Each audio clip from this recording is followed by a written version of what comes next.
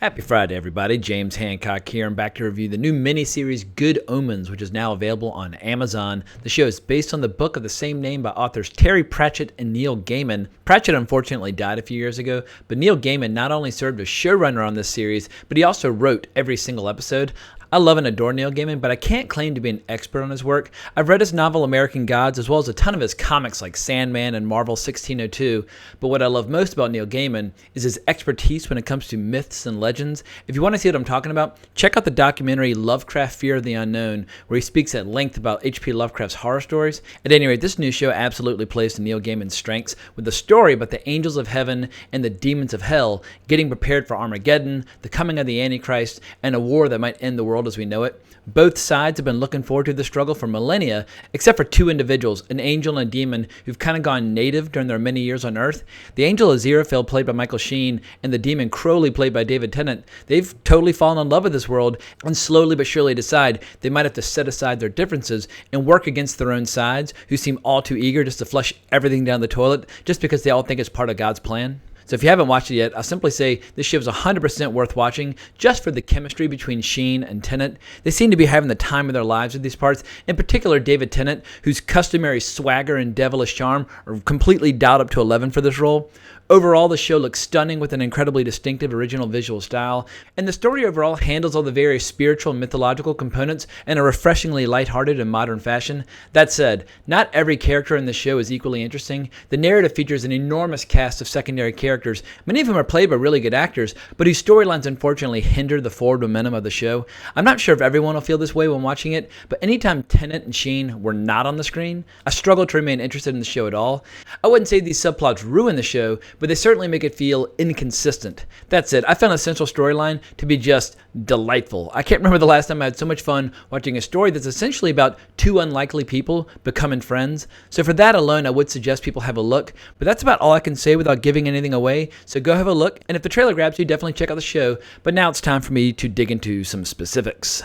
So first and foremost, what sold me on this show is the tone. The brilliant performances by Sheen and Tennant have a lot to do with that, but everything from the photographic style to the special effects to the witty dialogue to the music choices makes this a very fun world to explore. Even the opening credits got me excited, and I watched them in their entirety each and every episode. Good Omens makes so many other shows feel like they're standing still with their lengthy 13-episode arcs, where anywhere from 2 to 3 episodes could probably cut and no one would miss them. It makes me wish more shows would use the miniseries format, but one of my favorite aspects of the show is how Frances McDormand, in the role of God, plays the role of omniscient narrator, speaking directly to the audience, and through her we see some of the most interesting chapters of the story, which goes all the way back to Adam and Eve being ejected from the Garden of Eden, with Crowley, at that time Crawley, tempting Eve with the apple, setting the rest of human history in motion. What we see, in particular in Episode 3, is how Crowley and Aziraphale have been bumping into one another off and on since the beginning of time, often canceling out each other's assignments, and gradually over time they've come to respect one another in spite of their various allegiances to their particular sides.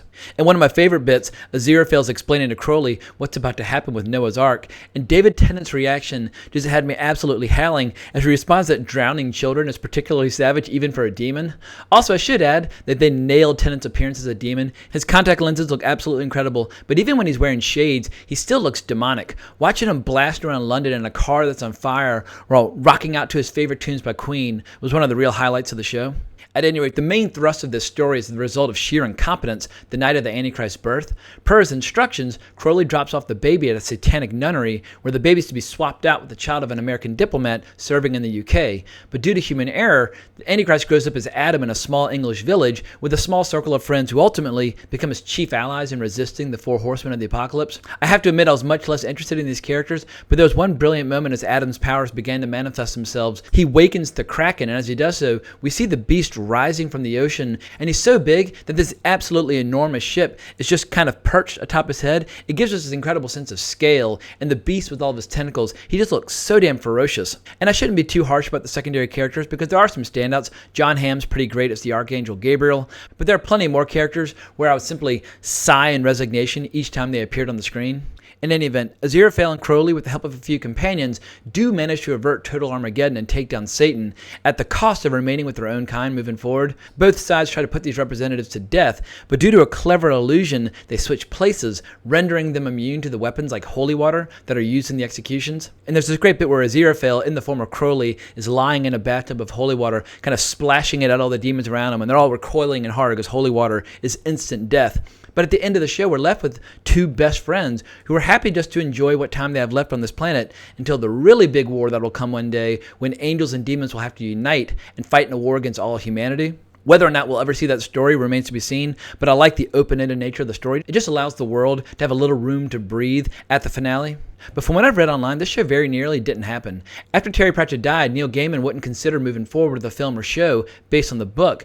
But in a moment that almost feels like it's straight out of Good Omens, Terry Pratchett wrote a letter to be delivered after his death where he urged Neil Gaiman to soldier on in his absence, and I'm grateful that he did. It was a gentle reminder that I need to read more of Neil Gaiman's books, so if you're a fan, definitely let me know in the comments below which books of his I should be reading. But if you enjoyed this reaction and review, please consider subscribing to my channel. I'd really appreciate it. Or you can hunt me down on Twitter at Colbrax. I'm pretty much there day or night, where I'm happy to talk about comics or Neil Gaiman or fantasy books or whatever. But I hope everyone has a very pleasant weekend. But more importantly, as always, onwards and upwards.